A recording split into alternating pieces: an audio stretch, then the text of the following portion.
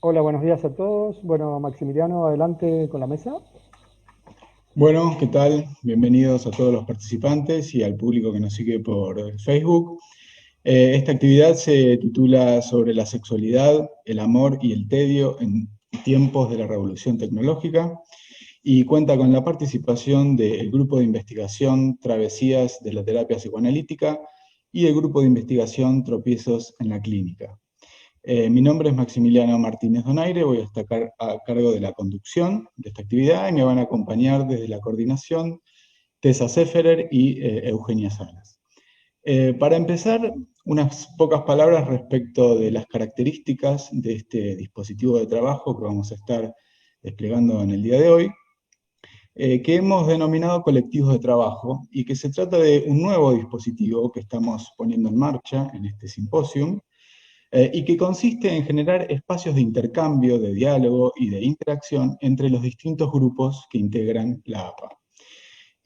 Con este dispositivo intentamos alcanzar distintos tipos de objetivos, como por ejemplo, tender puentes plurales entre conceptos, teorías y orientaciones teórico-clínicas, promover el pensamiento y el intercambio crítico, favorecer la producción oral y escrita, estimular la polémica, que implica acordar y disentir, sin diluir las diferencias, y evitar la tendencia a la homogenización del pensamiento y poder soportar la diversidad. Entonces, como les decía, para la actividad de hoy contamos con dos grupos de investigación que voy a pasar a presentarles. En primer lugar, el grupo Travesías de la terapia psicoanalítica, que quien va a hacer, digamos, quien va a presentar un material que va a servir de disparador para la actividad.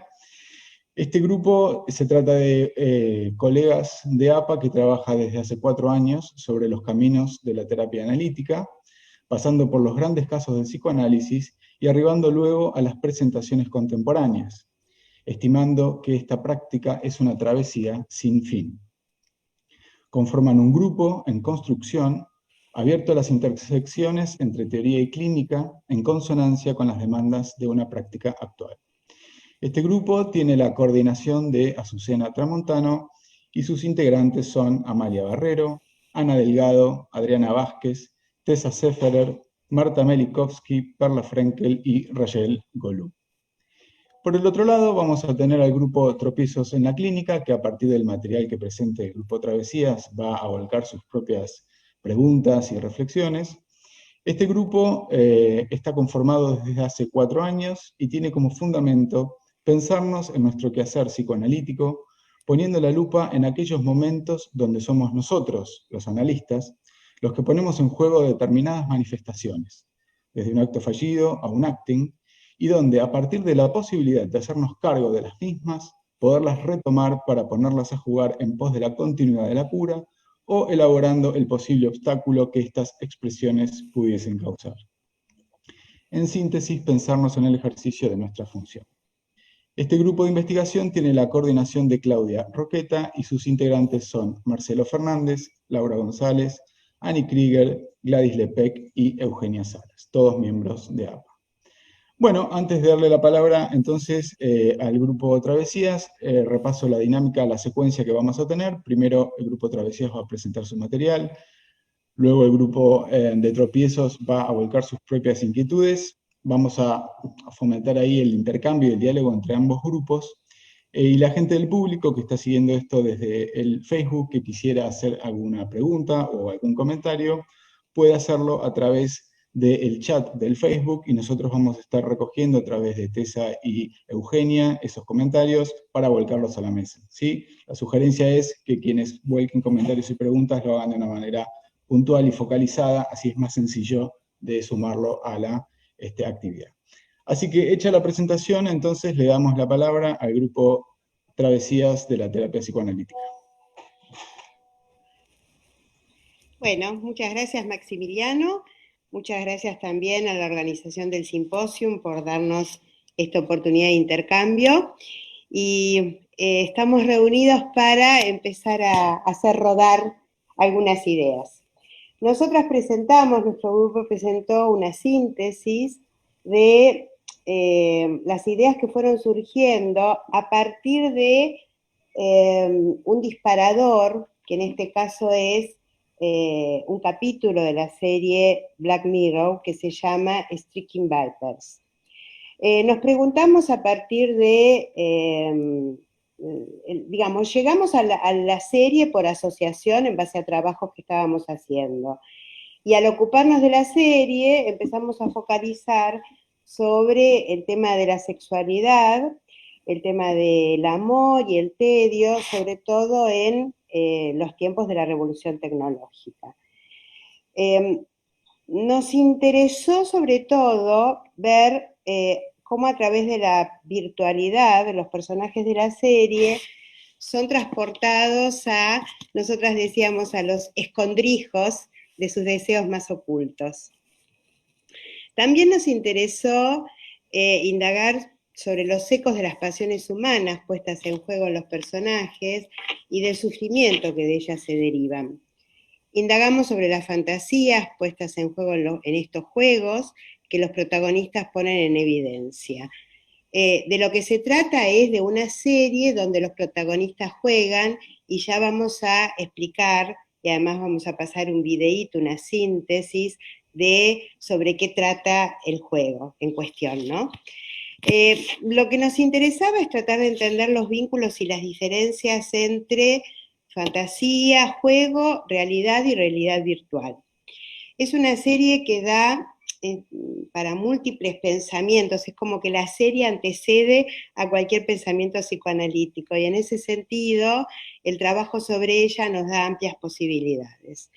También empezamos a pensar qué pasaba con los cuerpos, qué pasa con los cuerpos de los personajes en la realidad virtual, y esto nos llevó a pensar en ciertas prácticas hipnóticas y adictivas que se dan cuando en los juegos hay una alienación en la red que nos alejan, según pensábamos, de lo humano o del semejante, haciendo del juego la prioridad más allá de las personas, ¿no? Pensábamos también que en este sentido hay como ciertas posiciones subjetivas sin acotamiento de los excesos que se dan en estos juegos en redes. Todos estos son los pensamientos que fuimos pensando y después cuando vean de qué se trata la serie, por ahí encuentran mayor anclaje. Pero bueno, queríamos hacer una síntesis para ver cómo fuimos pensando esta cuestión, ¿no? Entendemos obviamente que el complejo de Edipo da cuenta del modo en que cada cultura pauta cierto acotamiento de la apropiación del cuerpo del niño como lugar de goce del adulto y marca un modo singular de goce en el sujeto a advenir. Esta operación inaugura el reconocimiento de la presencia del semejante como ruptura del solipsismo narcisista y autoerótico. El juego, en cuyo vínculo anida la fantasía, permite recuperar a los protagonistas de la serie en cuestión articulaciones representacionales que evidencian la tendencia al exceso, no sin consecuencias. Nos encontramos en esta serie con tres personajes. Una mujer que representa el discurso del amor, un marido que está atravesado por el tedio y un amigo que incita a este marido a gozar a través de la virtualidad. Desde esta posición partimos para ver cuáles son los avatares que se dan entre los tres personajes. Les voy a hacer una brevísima síntesis sobre qué trata la serie y después vamos a ver el video donde recortamos algunas imágenes que dan cuenta de estas ideas que nosotras fuimos trabajando. La serie trata de, son tres personajes, como recién decía, una mujer y dos hombres. La mujer se llama Teo, es la esposa de Dani, y el amigo de ambos se llama Car. Teo, Dani y Car forman un grupo de amigos que ya desde la primera escena presentan un tipo de interrelación, es decir, la serie se va desarrollando en momentos. Hay un primer momento donde muestra a los tres personajes, hay un segundo momento donde 11 años después aparecen, a partir del festejo del cumpleaños de Dani, la posibilidad de que se incluya con mayor potencia el sentido que adquiere el juego, este juego virtual para todos, se desarrolla durante ese segundo momento gran parte de las cuestiones que a nosotras nos motivaron para pensar sobre la sexualidad y qué propone la virtualidad. Hay un tercer momento donde pareciera que la cosa se aplaca y el personaje femenino obtiene su objetivo, que es la presencia de otro hijo, y finalmente hay un cuarto momento a lo largo de la serie donde los personajes pareciera que reacomodan sus posiciones subjetivas como muestra de lo que es esta virtualidad y como fragmento de lo que es ellos operando en esas interacciones. Así que bueno, espero haber sintetizado, por supuesto que la serie es mucho más amplia, pero bueno, es para reubicar que de lo que se trata es que vamos a hablar de 3 personajes que metidos en la realidad virtual tienen diferentes posicionamientos subjetivos.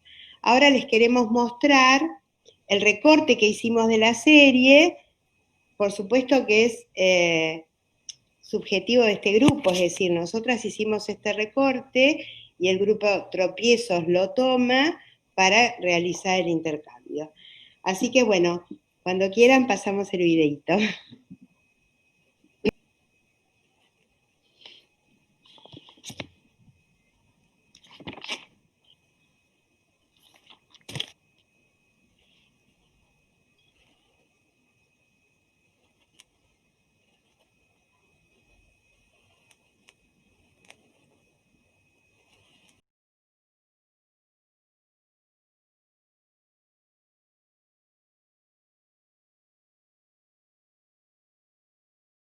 Les damos nuevamente la bienvenida. Hemos tenido una interrupción, por lo que entendemos fue un bloqueo de Facebook, suponemos que por los derechos de autor de la serie que estábamos pasando.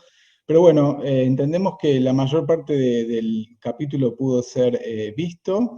De todas maneras, le voy a dar la palabra a Azucena del grupo Travesías para que ella relate, porque no vamos a volver a ponerlo para que no nos pase lo mismo, relate el desenlace del capítulo, así quien no lo pudo ver sabe más o menos cómo se cierra esa historia. Bueno, Azucena. Bueno, disculpen el inconveniente, pero llegamos a la última escena donde la pareja, el personaje femenino que se llama Teo, le entrega a su marido, Dan, que en el juego virtual es Lance, le entrega el dispositivo que él tiene que utilizar para volver a jugar en esa realidad virtual y en ese juego de roles con su amigo.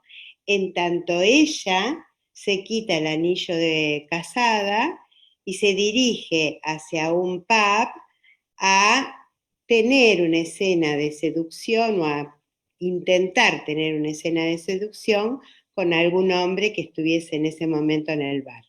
De esa manera cierra el recorte que nosotros le queríamos mostrar. Quiero aclarar que esas escenas fueron tomadas a efectos de entender representacionalmente qué pasa con el psiquismo de los personajes puestos en juego en esta ejemplificación. La ejemplificación tiene un fin de características científicas a efectos de que nuestro pensamiento psicoanalítico pueda entender qué es lo que pasa ahora en la realidad virtual, que hace una invitación a que los personajes vivan como si fuese real en esa realidad virtual, algo que sucede en su contenido inconsciente reprimido. Quiero aclarar esto porque la elección de la serie es a efectos exclusivos de determinar cómo para el psicoanálisis estas conductas que propone la virtualidad pueden tener una lógica de comprensión para nosotros que en un sentido no entendemos cómo cursa la tecnología, pero en otro sentido sí sabemos los efectos que produce la tecnología. De tal forma que si el video no fue completo, y si esto de alguna manera tiene que ver con lo que se mostraba a simple vista, quiero decirles que el psicoanálisis no ve a simple vista. El psicoanálisis ve más allá, y en esto estamos en este encuentro. Bueno, muchas gracias, Azucena. Súper interesante esta propuesta, llena de, bueno, de contenidos para pensar psicoanalíticamente y para pensar la actualidad. Bueno, le damos ahora entonces lugar al espacio de tropiezos en la clínica analítica. Adelante. Hola, buenos días, buenas tardes. Para comenzar, le agradezco a APA este simposio tan vertiginoso. A Guille, que lo hace posible desde lo tecnológico y sin él sería imposible. Y bueno, al Grupo Travesías, a través de Azucena, que nos invitó a comentar, a participar de este intercambio, que por cierto fue muy rico, con mucha pregunta, mucha teorización. Finalmente salió algo, que es lo que vamos a transmitir. Este es un trabajo colectivo que realizamos entre todos los integrantes del Grupo de Investigación Tropiezos en la Clínica. En alguno de estos días jugamos con la idea de travesías y tropiezos, o tropiezos en la travesía. Y este juego quedó dando vuelta hasta que encontramos un hilo conductor entre ambos grupos. El grupo Travesías nos trae el recorte de una serie donde el protagonista se muestra aburrido o tedioso. Y de repente, una sorpresa, la llegada de su amigo lo sacude. Este es uno de los modos en que nosotros pensamos el tropiezo, como uno de esos momentos en donde el analista se sorprende produciendo un fallido o un acting que sacude muchas veces un aletargamiento en la cura y de este modo la posibilidad que emerjan aquellos contenidos que hasta ese momento no habían encontrado ensambladura y con ello la posibilidad de la continuidad del trabajo asociativo. Vamos ahora a lo que nos propone Travesía. En la serie que eligieron, la presencia de la mirada aparece con particular insistencia. En la primera escena vemos a la novia de Dani, Teo, mirando molesta a ellos dos, jugando y diciéndoles putos escandalosos. En la segunda, Dani aparece mirando a una mujer agachada. Carl, al llegar, le ofrece a la mirada a Dani la foto de una mujer. En tanto, los ojos en blanco de los protagonistas enchufados al chip nos remitió a la ceguera. La propuesta de trabajar estos fragmentos de este capítulo Black Mirror nos llevó a preguntarnos en primer lugar qué querría decir Black Mirror, cuya traducción, como sabrán, significa espejo negro, que es un espejo mágico donde se ponen en juego las partes oscuras. Es usado por la magia. Mientras más lo uses, más familiar se volverá el espejo contigo y podrás llamar a cualquier demonio. Un adepto puede experimentar visiones que envuelven los 5 sentidos frente a un espejo negro. Nos preguntamos cuáles son los lados oscuros que los juegos virtuales permiten poner en escena. La posibilidad de que emerja aquello sobre lo que no se especulariza. En ese sentido, los lados oscuros, lo que queda por fuera del campo especular, como la irrupción de los ojos que miran desde el piso, convocamos siniestro, ¿no? Cuando el goce se vuelve oscuro, ominoso, demoníaco. Nos interrogamos por la traducción del nombre del capítulo, Striking Vipers, y encontramos 2 acepciones, víboras en huelga y víboras en llamas. Nos inclinamos más a pensar esta segunda acepción que encontró eco en una escena en particular, cuando el avatar de Dani, Lance, le pregunta a Roxette, Card, ¿qué se siente como mujer en la relación sexual? Evocamos así al mito de Tiresias, citado por Lacan al hablar del goce femenino. Una de las versiones del mito relata que Tiresias se encontró a 2 serpientes copulando en la montaña y golpeó a la hembra con su vara, que como venganza lo transformó en una mujer. 8 años después, siendo aún mujer, se encontró a las mismas serpientes y en esta ocasión golpeó a las dos, y así fue devuelto a su estado primitivo de hombre. Un día, cuando el rey de los dioses, Zeus, y su esposa Hera se encontraban discutiendo sobre qué sexo disfrutaba más haciendo el amor, Tiresias fue el elegido para hacer la prueba definitiva. Tiresias afirmó que la mujer disfrutaba más que el hombre. Decía, si el placer tuviera 10 partes, el hombre gozaría de una y la mujer de 9. Respuesta que enfadó a Hera y lo castigó dejándolo ciego. Nada pudo hacer Zeus para rectificar la cruel acción de Hera, pero trató de compensarlo dándole el don de la clarividencia. Encontramos en esta versión del mito a Tiresias hiriendo a las serpientes, vipers, y siendo castigado con la ceguera. Quien no ve, sabe del goce, porque ha habitado el cuerpo del hombre y el de la mujer. La pregunta por el goce de la mujer la encontramos en la escena donde Lance le pregunta a Roxette cómo se siente estar en el cuerpo de una mujer. Y ella responde, es de locos, diferente. Lo que físicamente es más satisfactorio, no puedo explicarlo. El striking que aparece en el título remite a huelga y a fuego. Esta última acepción, nos parece, tiene mayor presencia en el episodio. De inicio, algo se quema hierba, estamos fumando hierba. Se quema una hamburguesa, y finalmente la mujer de Dani, Teo, habilita el juego con reglas, entregándole el dispositivo a Dani dentro de una caja de fósforos.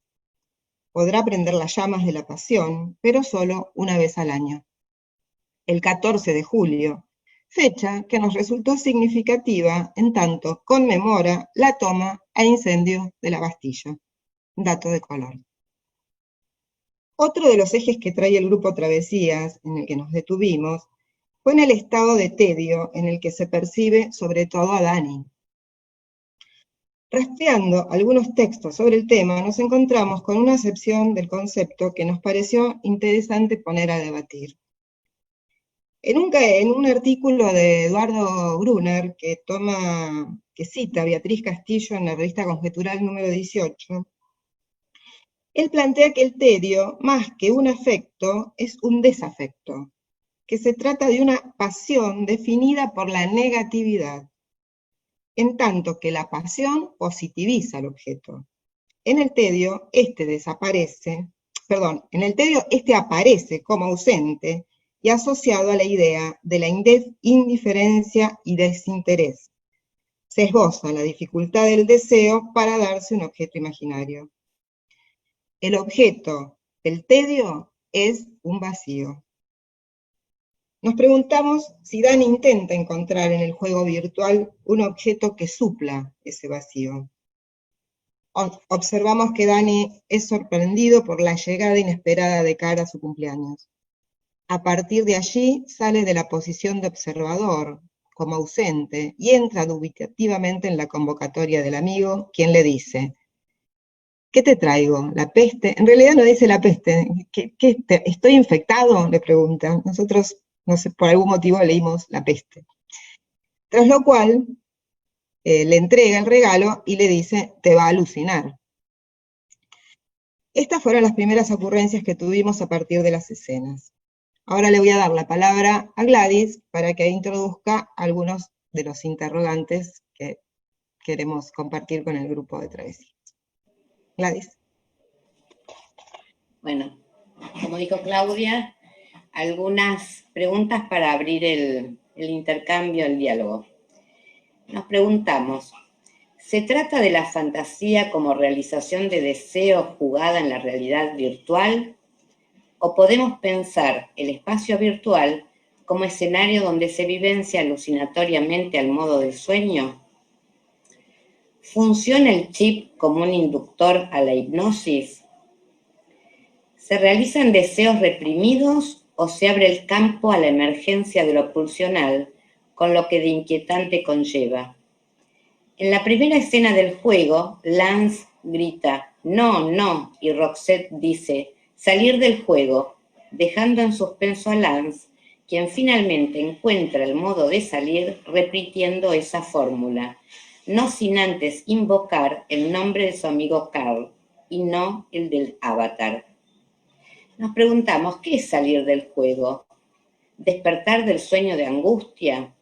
¿Un freno al peligro de lo pulsional, oscuro y demoníaco? Otra pregunta, ¿cómo se pone en juego el cuerpo en la realidad virtual? ¿Se trata del cuerpo propio o del avatar? Nos preguntamos, ¿el tedio de Dani estará ligado a no ser convocado como hombre por su mujer, sino solo como proveedor de otro hijo? ¿Roxette lo convoca en la virtualidad como hombre y es ahí donde Dani queda atrapado en el juego? Nos preguntamos, ¿por qué ante la propuesta del amor por parte de Roxette, Lance vuelve a decir que no? ¿Se trata de que no quiere renunciar al goce, al que el amor le podría poner límite? En la escena del beso, Dani dice no haber sentido nada, tras lo cual Carl dice que él tampoco, pero insiste en que el juego es distinto, que lo tiene en la cabeza y sabe que Dani también. Comienza la pelea. ¿Podemos inferir a partir de aquí que para Carl el juego alcanza la dimensión de objeto fetiche al modo en que funciona un objeto de consumo? Y otra pregunta que nos surgió es ¿cómo pensar la posición de Theo, la mujer de Dani? ¿Es ella quien convoca a Carl? Nos preguntamos, ¿para despertar a Dani y ser ella quien luego regula la escena final? Todo bien, pero solo una vez al año. Hasta aquí las preguntas que nos propusimos para abrir el debate. Bueno, muchísimas gracias. Bueno, creo que la verdad hay un montón de líneas y temas para empezar a pensar. Así que los invito a que sea del grupo de travesías o el grupo de tropiezos, puedan empezar a volcar. Amalia pide la palabra. Sí, adelante. Pido la palabra porque así enmarco un poquito a Black Mirror, que nos plantea el avance de la tecnociencia, sobre todo en el área de la virtualidad. Y la tecnociencia y la virtualidad tienen como una ambición, que para nosotros es muy interesante pensarlo, de una apuesta. La ambición sería borrar toda diferencia entre el campo virtual y el campo material, crear una continuidad. Y en la creación del mundo virtual, que está habitado por seres virtuales, tenemos un gran atractivo. En ese mundo no rigen restricciones. En ese campo virtual y en ese mundo virtual, los cuerpos son cuerpos perfectos, que no tienen marcas, ni van a sufrir marcas. No hay historia en esos cuerpos. Esa escena, ese escenario es el escenario de la dimensión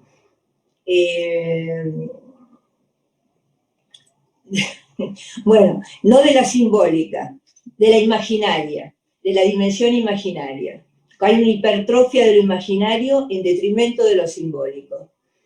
Entonces, esto se ve muy claro cuando después de 11 años, lo que le trae el amigo, que es el que tienta, él le dice, el avance es fantástico, lo que vas a sentir ahora nunca lo sentiste. Entonces, lo que plantea en este juego es de tal implicación subjetiva que hace que el personaje que yo llamaría más neurótico se horroriza un poco de lo que siente y necesita el cuerpo a cuerpo, pide un cuerpo a cuerpo. Y en ese cuerpo a cuerpo, para discriminar qué fantasía, qué juego y qué realidad, y hasta dónde llegar en su sexualidad. Y en ese cuerpo a cuerpo aparece otra dimensión del cuerpo, que es el cuerpo de la castración, el cuerpo mortificado, en otros términos, por el significante, el de los diques y los límites. Yo pienso que esa mirada final es una mirada que por un lado involucra un cierto alivio, pero también una tristeza que yo me atrevería a decir que es la tristeza que todo neurótico siente cuando tiene que renunciar a algo del goce. Muy bien. Marta. Sí. El micrófono, habilita el micrófono. Marta, habilita el micrófono, por favor. Sí. Ahí sí. Yo quería remarcar cómo comienza la primera escena donde se acerca a la mujer y les dice putos. A mí me parece interesante como primera escena porque lo podemos pensar como ocurre en las sesiones. ¿Qué pasa con la primera frase que un paciente trae? Que probablemente va a ser después el desarrollo de toda la sesión. Este es uno de los temas, lo que esta mujer dice, les dice, que va a ser parte de lo que se va a desarrollar a lo largo de toda la serie. Es decir, la serie habla del tedio, nosotros hablamos del tedio, del aburrimiento. ¿Qué es lo que pasa en Dan? ¿Qué pasa en este marido dentro de la relación? Teo le muestra permanentemente a la madre, o sea, en esa escena, en la cuestión familiar, está la madre y está el padre que está haciendo ese cumpleaños y esa hamburguesa seca como él. En realidad, la hamburguesa está seca como él. ¿Qué significa que este hombre está seco?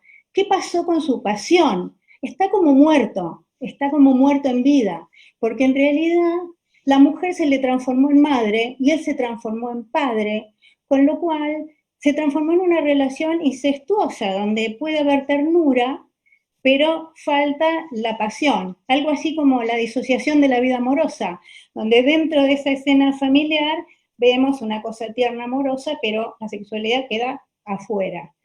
Entonces hay, respecto del aburrimiento, una definición de aburrimiento. La definición que es el fracaso del ideal.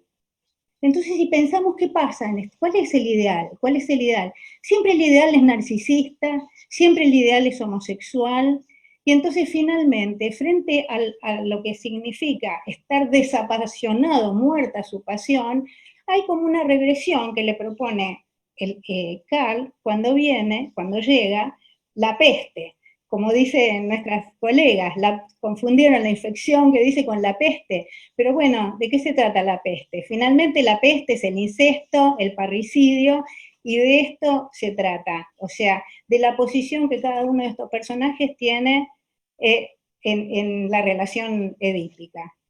Bueno, dejo acá y le doy la Muy palabra a bien. mis colegas. Sí, Perla. Sí, Yo, perfecto.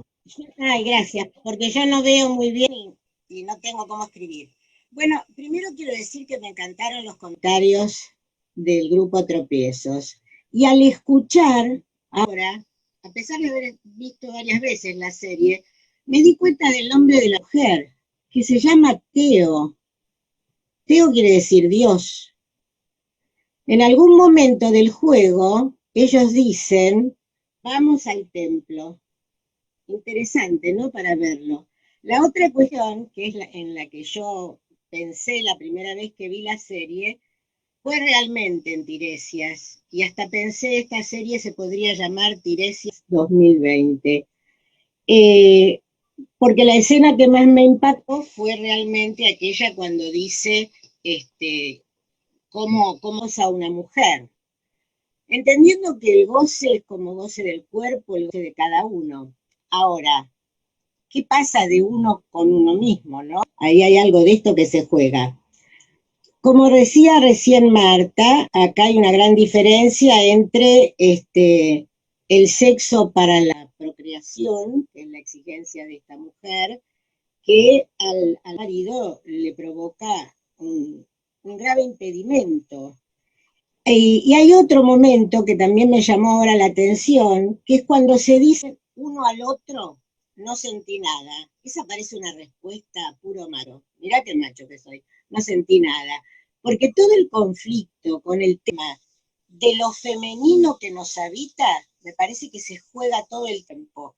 Inclusive tomando el mito, cuando ustedes toman el tema del mito del golpe a las dos, y él ahí recobra su posición, también en ese lugar hay algo que tiene que ver con poder asumir cierta diferencia. Otra cosa que quiero señalar en relación al tema de la ceguera es el impacto de la ceguera en Tiresias, es el impacto de lo siniestro que se me repetía cuando veía esos ojos en blanco, como ojos ciegos, como el mar de ojos que veía Nathaniel en el cuento de Ofan. Bueno, hay otra cosa en el juego que a mí me impactó mucho, que es cómo busca el que se disfraza de mujer una diferencia absoluta, pero este aquí que es una diferencia absoluta a puro imaginario, porque otra cosa no logra. Me gustó mucho lo que ustedes dijeron respecto al fuego, ¿no? Que la verdad que no lo habíamos pensado, por lo menos mientras yo estuve en las reuniones, no. Ese tema del fuego, que uno se preguntaría, ¿lo virtual lo apaga o lo enciende?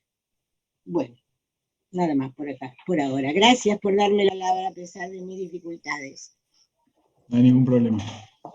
Bueno, ¿alguien más quiere intervenir? Yo Sí, quería Rayel. decir algo. Dale, Marcelo y después Rayel. No, sí, dale. En relación al fuego, creo que ambas cosas me parece. Yo creo que lo virtual lo enciende y lo apaga. El tema es cómo se desarrolle. Me parece que hay como una convocatoria, como decía, con el espejo, ¿no? Esto familiar que convoca a los demonios.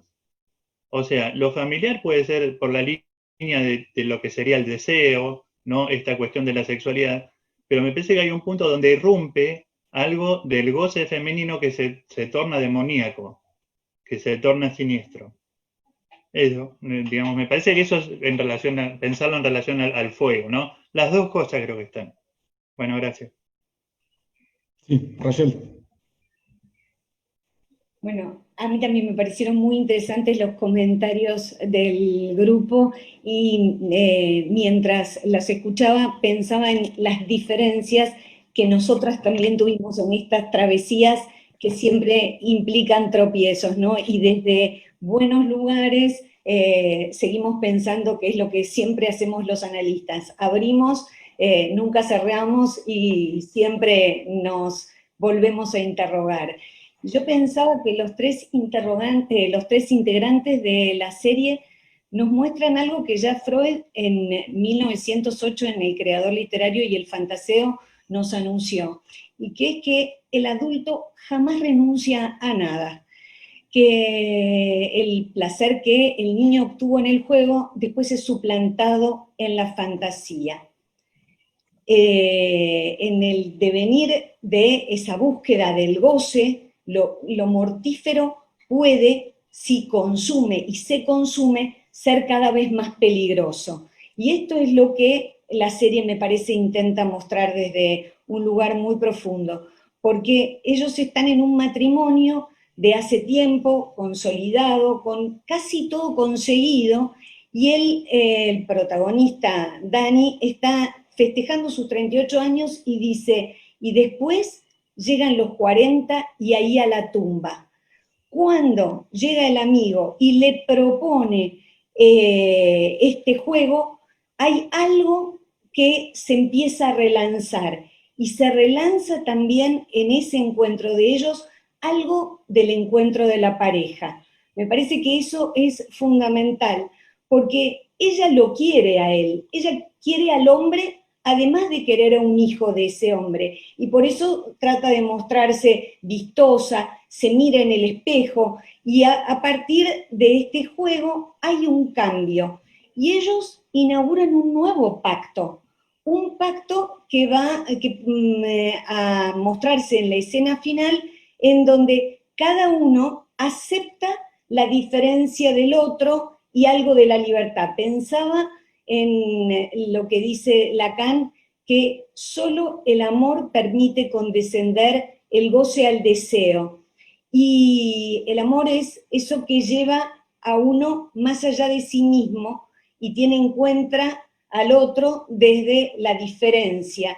Y acá se ve esto, hay algo de la fragilidad del encuentro del amor la inadecuación del objeto, siempre dentro del marco de inhibición, síntoma y angustia. Y yo pensaba en este final de la serie, y ellos siguiendo juntos, con esos lindos bebés, pudiendo cada uno con su goce, pero los dos juntos, si no habrán armado en ese pacto algo que sostiene el amor. Como decía Gambó, ¿habrán reinventado el amor en ese duro deseo de durar que tiene el amor? No sé, es una pregunta. Muy bien. Claudia. No, quería comentar solamente una cuestión que nos sucedió mientras estábamos elaborando el trabajo, las preguntas y demás, y era que no se nos aparecía el nombre de la mujer de Dan.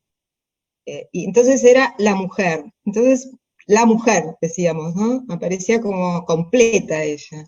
Y en ese sentido es que nosotros habíamos pensado si, digamos, lo que ella buscaba, digamos, no estaba más bien dirigido a ser completa, mostrarse completa, ¿no?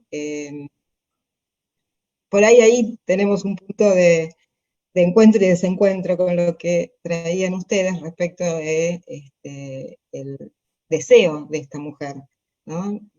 Nos parecía más bien que ella lo que deseaba era un progenitor, digamos, un genitor, pero para eso necesitaba de un tercero, para volver a convocarlo, digamos, ¿no? Por eso el pacto, me parece que cierran al final, que queda implícito, digamos, en ese intercambio, ¿no? Donde ella deja el anillo y le da a él el fuego, ¿no? Para que una vez al año, al menos, el fuego se encienda. Y sostener de esa manera algo de esto que sí logran formar, pero siendo ella la que logra, digamos, aquello que estaba buscando, ¿no? Era tener otro hijo. Ella le pide un hijo todo el tiempo. Bueno, esto por ahora. Sí, Gladys. Gladys. Activa el micrófono, por favor.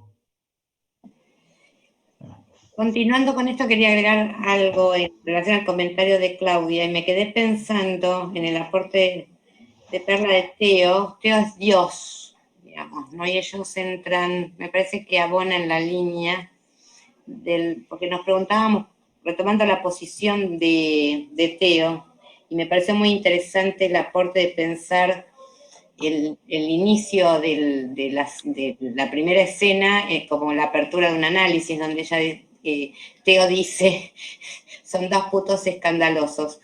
Pero me parece que ella es testigo y a la vez está implicada en una triangularidad. Como que fuimos pensando que no es sin ella que se va armando una triangularidad que después va a tener un desenlace y que la regulación queda del lado de ella. Es ella la que finalmente acota. Pensaba en esto Teo, Dios, como que él también de alguna manera le facilita o le sostiene ese lugar. Si este pacto reconduce, como traía Rachel, a la posibilidad de seguir la historia entre ellos, bueno, son modos, digamos. Me pareció interesante lo que traen de la serie porque abre algo de en la posibilidad de acuerdos o pactos en una pareja, en donde hay algo que no está establecido, sino que las regulaciones, se abre acá la dimensión del acuerdo, pacto, digo, lo dejo abierto como pregunta. Muy bien. Adriana. Micrófono, Adriana, por favor. Ahí sí. Sí. Estaba, la verdad que desde la intervención de Rachel, venía pensando en esta línea, ¿no? De cómo se posicionan los tres frente un poco al deseo y al goce, porque desde el inicio de la presentación con Azú queda claro que no hay una pareja con un amigo, ¿no? Ella marcó desde el inicio como que hay un vínculo amoroso que se juega desde el inicio de A3. Creo que por eso la serie bascula entre estos 11 años que no sabemos muy bien qué pasó. Sí sabemos de la perplejidad de Dan cuando encuentra nuevamente a Carl, que es siempre convocado en las dos ocasiones de los cumpleaños por Teo. Entonces creo que desde el vamos acá hay un triángulo, ¿no? Se produce cierto alivio al final del capítulo porque pareciera que sí, que el pacto en algún punto funciona, o acuerdan por lo menos los tres, ¿no? Pero que cada uno marca una posición muy, muy diferente, ¿no? Y se va deslizando de una manera muy distinta. Para mí Dan queda permanentemente en un lugar de tironeo entre dos que tienen el deseo muy decidido de lo que quieren. Y él aparece siempre dubitativo, angustiado, dudoso, un poco ofertado a cumplirle el deseo a los demás, ¿no? Ya sea a su mujer o ya sea a su amigo, a su exmujer, como él dice, soy tu exmujer, ¿no? Esta cosa de que él está para cumplirle el deseo al otro, y la única vez que lo vemos un poco más claro que tiene decidido es cuando pasa por esa cintura, esa cadera femenina, ese deslizamiento que hace de su mirada, ¿no? Entonces me parece que acá los dos personajes que se muestran como mujeres un poco más fálicas tienen los deseos más claros, ¿no? Y él es el que está ahí tironeado, sufriendo, angustiado. Además me parece muy notorio como el resto de la serie, los personajes secundarios, que eran realmente secundarios en la vida de ellos, no pareciera intervenir ni siquiera el hijo demasiado, ¿no? La cosa se juega entre ellos tres. Este era un punto, y después, para terminar muy rápido, me quedé pensando en el tema de la ceguera, como lo que queda invisible a la visión, pero que de alguna manera hace un momento da un paso reflexivo a la mirada, uno podría decir, ¿no? Porque hay un pasaje cuando él queda con los ojos en blanco, a una otra realidad, a una realidad fantasmática, pero donde pareciera jugarse algo más de la verdad ahí, que en la vida por la que viene pasando letra, ¿no? Es decir, que hay algo en ese pasaje como lumínico, como si fuera como un rush, en esos ojos que quedan en blanco, como un intervalo, donde parece que se va a mostrar algo más de la verdad de él que en su vida misma. Eso me quedé pensando del lado de Dan, ¿no? Bueno, nada más. Bueno, muy bien. Tengo que pedir la palabra a Azucena y Marta. Primero le voy a dar la palabra a Azucena y después vamos a traer algunas preguntas que está formulando la gente por Facebook y después sigue Marta. ¿Sí? Azucena. Como quieras, Maxi, si querés que demos entrada a las preguntas, no hay... Dale, intervení y ahora las leemos. Bueno, seguí trabajando a medida que fueron presentando estas ideas y recordé que en la primera escena el primer juego, cuando ellos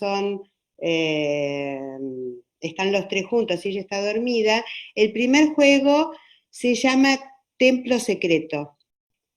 Digamos, está como en un segundo nivel, hay como un lugar donde dice Templo Secreto, ¿no? Como que ya ahí está anunciado, volviendo a esto que decían de que las primeras palabras anuncian o configuran, está anunciando que de lo que vamos a hablar es de un templo secreto, el templo secreto de todos, ¿no? Que es el templo del inconsciente en tal caso.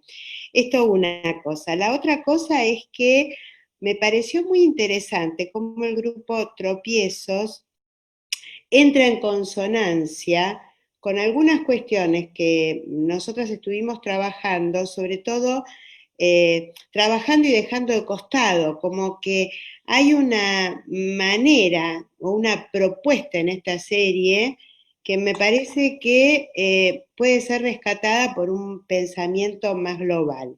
Y en ese punto creo que la tecnología abusa, por decirlo de alguna manera, de estas cuestiones, porque el dispositivo, el TCKR, que es ese dispositivo pequeñito que él se pone en la 100, es un dispositivo donde, digamos, es un dispositivo a futuro, no existe en la realidad, pero lo que anuncia el dispositivo es que puede captar la conciencia del humano y meterlo en una realidad por breve espacio. Sería como los cascos que ahora sí existen y que se usan en la realidad, es decir, lo desubjetiva, lo mete en un mundo donde le robaría la conciencia. En ese punto, y esto no es menor, Teo, la mujer, no entra al juego virtual, ella mantiene un funcionamiento alrededor de esta desubjetivación y de esta manera que ellos tienen de insertarse, porque ellos en esta realidad virtual son tomados por la realidad, es como que van más allá del espejo, atraviesan lo que la pantalla ofrece y van más allá. Y creo que en ese punto hay un punto importante de enajenación en ese breve espacio que ofrece la realidad virtual. Esos dispositivos que se anuncia que ya están más cerca, fueron diseñados como dispositivos a futuro, pero se anuncian que ya están muy cerquita, plantean también cuestiones éticas interesantes, ¿no? De cómo se puede tomar la mente humana, sería. Bueno, después seguimos. Buenísimo, buenísimo. Eugenia, contanos algunas de las preguntas y comentarios que están volcando en el Facebook. Después seguimos con Marta. Bueno, voy a obviar los saludos y las felicitaciones, que son un montón. Respecto al capítulo, preguntan cuál es. Está en Netflix la serie, es el capítulo 1 de la temporada 5 de la serie Black Mirror, porque lo vienen preguntando, por si lo quieren ver completo. Bueno, Inés Copelo dice que los temas ligados a la virtualidad son muy interesantes para pensar en el pasado y sobre todo en lo que sucede en el presente y en el futuro, independientemente de lo que pasa en la pandemia. Vilma Barrios dice, se pregunta si el amigo despierta la pulsión o hay una pulsión que ya estaba y hay como una especie de búsqueda ligada a la insatisfacción que el personaje tenía. Miriam Rufo dice que, bueno, que es muy interesante esto de pensar en qué es lo que irrumpe y más allá de lo anecdótico de la interrupción que tuvimos en Facebook, se pregunta si no hay una similitud entre las interrupciones de un tiempo para entrar a un tiempo de la virtualidad. Y también se pregunta cuántas sexologías también fueron interrumpidas por la pandemia. Juan Pineta también hace referencia al tropiezo, haciendo juego con nuestro nombre del grupo de investigación, al tropiezo tecnológico que sucede. Y es interesante pensar que hay como una especie de idea general de que todo es posible, y eso es como un engaño, porque él lo que plantea es que siempre hay un otro que regula con leyes. Entonces dice que la virtualidad genera la ilusión de que todo es posible. Después hay una intervención en italiano que no la puedo traducir, así que si después con tiempo alguien la lee y la quiere retomar. Después también se preguntan si el personaje virtual de la mujer no tiene características masculinas. Psicología de Tenerife pregunta qué pasa con el objeto mirada, qué piensan de poner los ojos en blanco para acceder a la escena. Después también preguntan cuál es la relación entre el tedio y la depresión. Y después Cristina Rosas de Salas plantea que es muy interesante la diferencia entre el tedio y la pasión, y también se pregunta si estas no son problemáticas de la clínica actual. Bueno, más o menos. Muy bien, buenísimo, gracias Eugenia. Marta, sí. Y bueno, algunas de las cosas, la primera pregunta que surgió, que en realidad nosotros estamos hablando del mundo virtual, ¿no es cierto? El mundo de las computadoras. La verdad es que, ¿qué pasa con el mundo virtual? Lo importante es cómo cada persona lo usa, cómo se usa el mundo virtual. O sea, en este episodio que vimos, pensemos que hay una fijeza, van siempre al mismo juego, van siempre a los mismos personajes. O sea, siempre de alguna manera el juego es una manera de elaborar ciertas cosas, como dice Freud con el Fordá, ¿no es cierto? Y el juego es, digamos, lo contrario del juego no es la seriedad, es el mundo real. O sea, el mundo real del que ellos huyen por frustración y se meten en el mundo virtual. Entonces yo quiero remarcar justamente el tema de la fijeza, porque todos usamos computadoras y sabemos que hay mucha gente adicta, absolutamente adicta. ¿Y la adicción qué significa? La adicción es una esclavitud a un amo.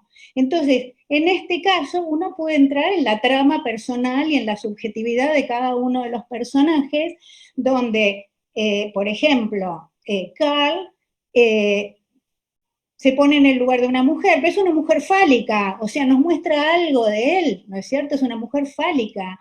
Y Y Dan también, ahí es un hombre poderoso que puede todo. Entonces yo quiero poner el acento en el uso, en la fijeza. En este caso, por ejemplo, cuando viene a traerle el regalo, le dice, te vas a alucinar.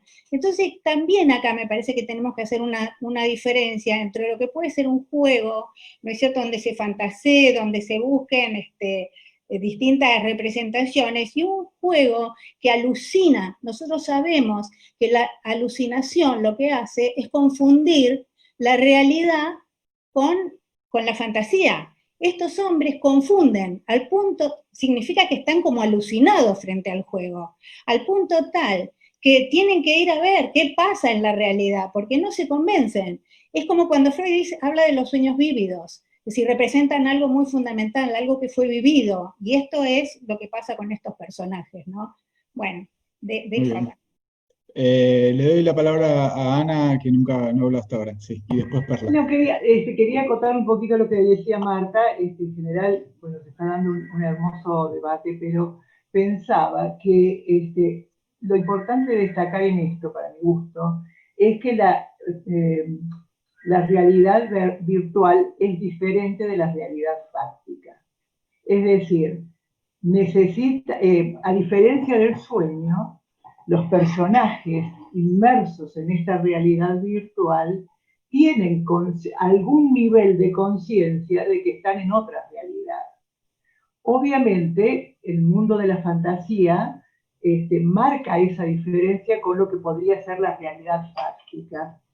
Y lo que les pase a cada uno de los integrantes me parece que va a depender de la estructura psíquica previa. El dispositivo virtual no es más que uno de los tantos dispositivos con los que contamos en la vida real. Entonces, puede haber alguien que pueda no poder salir de esa realidad virtual desde una estructura más comprometida con la realidad. Por ahí, dentro de los personajes, el que más, podríamos decir, se resiste a entrar en este juego virtual, es Dan, que aparecería como estructura más neurótica, en donde permanentemente está la resistencia a entregarse a ese mundo virtual que parece tan cercano a la realidad. Muy bien, bueno, ahora le voy a dar la palabra a Perla, después a Claudia, y después Tessa nos va a traer algunas otras preguntas de la gente que está siguiendo por Facebook. Perla, habilita el micrófono, por favor.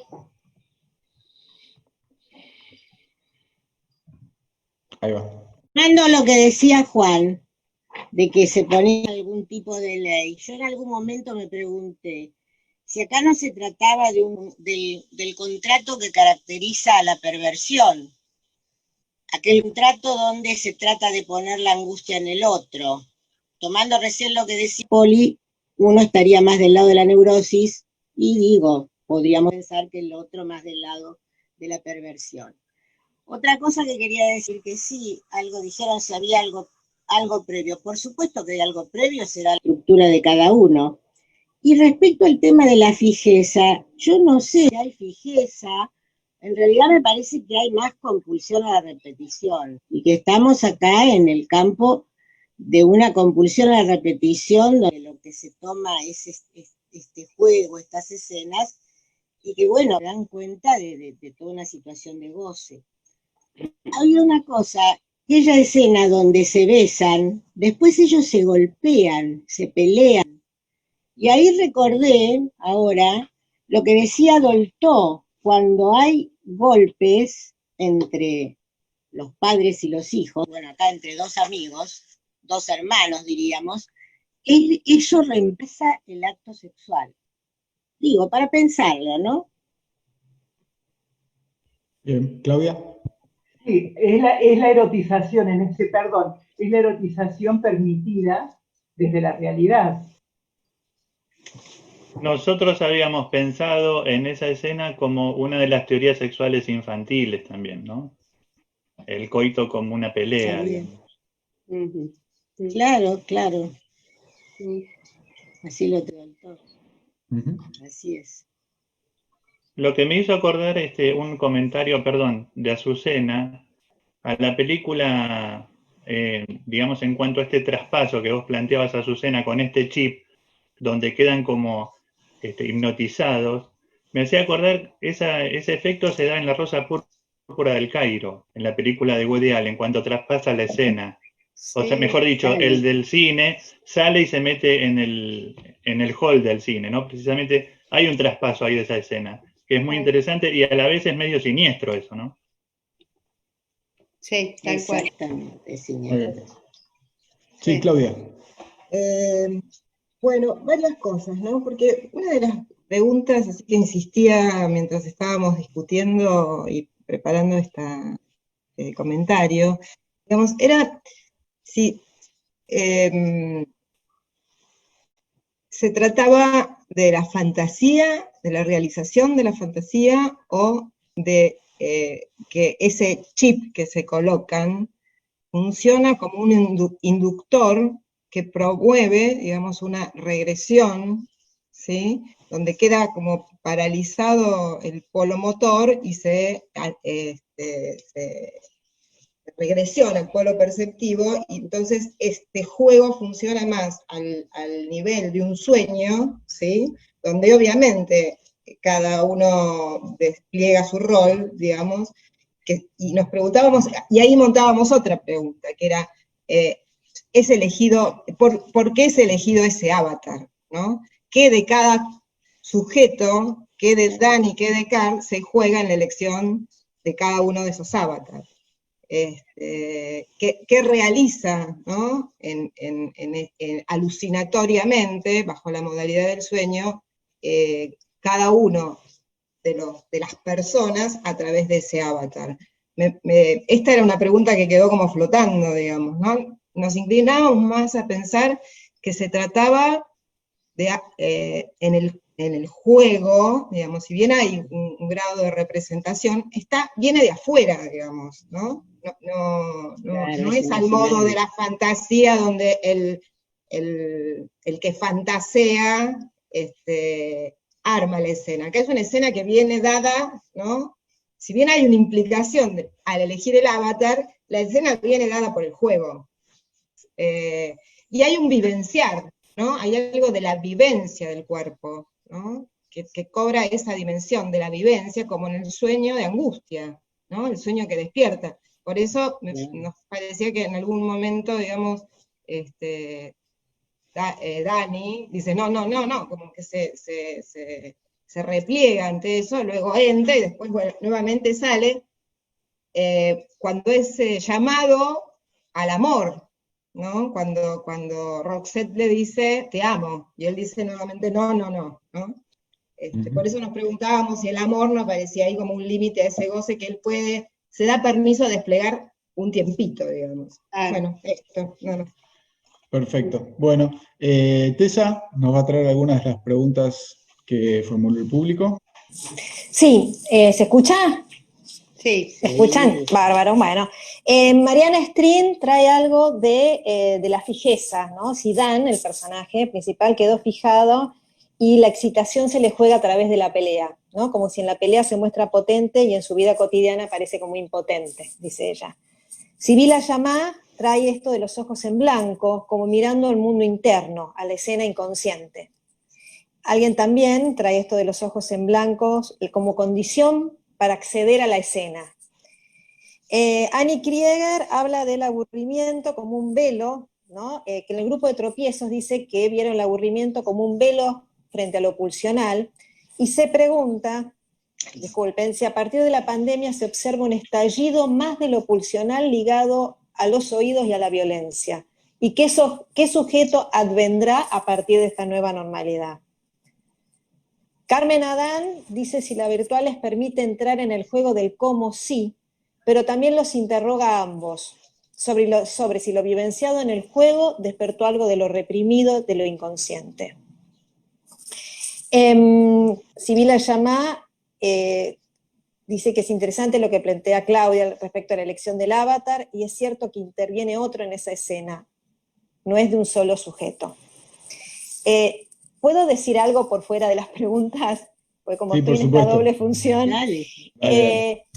a mí me interpeló bastante el personaje de Dan, porque me parecía que muchas veces los pacientes traen esta idea del aburrimiento, ¿no? Y sobre todo los jóvenes, como que es algo que aparece, no insiste, estoy aburrido, el aburrimiento, y no, me dejaba pensando si la salida del aburrimiento es la salida compulsiva, ¿no? Pensando un poco en esto, si el aburrimiento vela algo de lo pulsional, ¿no? Esa tentación oscura.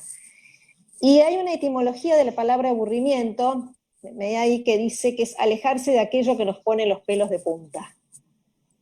Entonces me parecía como interesante, ¿no? Si Dan trae algo de esto, como que jugarse un poquito lo liga, como traía Marta, algo de lo pulsional, incestuoso, siniestro, con lo cual, también lo trajo Adriana, él se mantiene al margen, son los otros los que él ya está lleno, comió mucho, no tiene hambre, ¿no? Es la mujer, es Carl, es el otro el que lo mueve en principio. Y lo mismo me preguntaba respecto a cuando él se cuestiona qué siente una mujer, tal vez qué quiere una mujer, o qué se siente ser mujer, o qué se siente, ¿no? O qué sentir. Digo, como otra idea también para pensarlo. Listo, ya estoy. Bueno, muy bien. Estamos entrando en los últimos minutos de la actividad, así que, bueno, los que puedan hablar, háganlo con premura y con síntesis. Adriana, me había pedido la palabra. Micrófono, por favor. Está tan lindo este diálogo que me olvido que tengo que encender el micrófono porque la verdad que los siento a todos muy cercanos a pesar del Zoom. Sí, yo retomando en un momento que Claudia mencionó algo en relación a la cuestión tecnológica y lo que induce, ¿no? Para mí, sin duda, hay como una soldadura entre la representación que puede traer el juego y la estructura del sujeto que se pone ahí y que lo utiliza, ¿no? Que lo usa. No es solamente el uso de una herramienta, hay como una soldadura entre entre esta elección y de quién parte. Pero en este caso en particular, nada, quería poner el énfasis que, claro, que la serie juega con un ardid muy fuerte, que la tecnología aún no pudo llegar, que es esta posibilidad de sensorialidad y de no reglas. Los juegos, aún en la tecnología, tienen reglas en la virtualidad. Los juegos en los que la gente está jugando actualmente con un grado de adicción enorme, aún tienen reglas. Este ardid que tiene Black Mirror nos pone en una condición de posibilidad muy, muy fuerte, ¿no? Diferente. Nada, era esa observación. Perfecto. Bueno, estamos en hora. Azucena, te doy la palabra en 30 segundos, por favor. Bueno, en 30 segundos, que agradezco muchísimo, muchísimo a Tropiezos, porque no solamente han participado acorde a la serie y se prestaron al juego, sino que nos dejan tarea para hacer. Una de las tareas, y para cerrar, que me parece importante, es esta cuestión entre sueño, fantasía, proyección, percepción, que es un terreno que para nosotros los psicoanalistas, sobre todo en relación a la realización de deseos que sea en el sueño, es muy importante y que plantea diferencias con la virtualidad. Es una tarea que queda en nuestras manos y en manos de ellas para futuros encuentros. Bueno, agradecerte a vos, Maximiliano, en nombre de nuestro grupo Travesías y en nombre de Tropiezos también, que somos amigas. Y bueno, hasta el próximo encuentro. Muchísimas gracias. Bueno, Gracias. felicitaciones a todos, ha sido una mesa súper interesante y la verdad que da para mucho más, pero bueno, el tiempo es Se me finito. pasó volando. Sí, No sí, puedo la verdad creer que que sí. me pasó Pero bueno, volando. nos dicen que Muchas gracias, Maxi, bien, por como todo el viene trabajo después que tomaste. otra mesa, no nos podemos extender. Gracias, Maxi. Saludos Gracias a todos. Chao. Gracias, Felicitaciones. Gracias. Adiós. Chao, chao.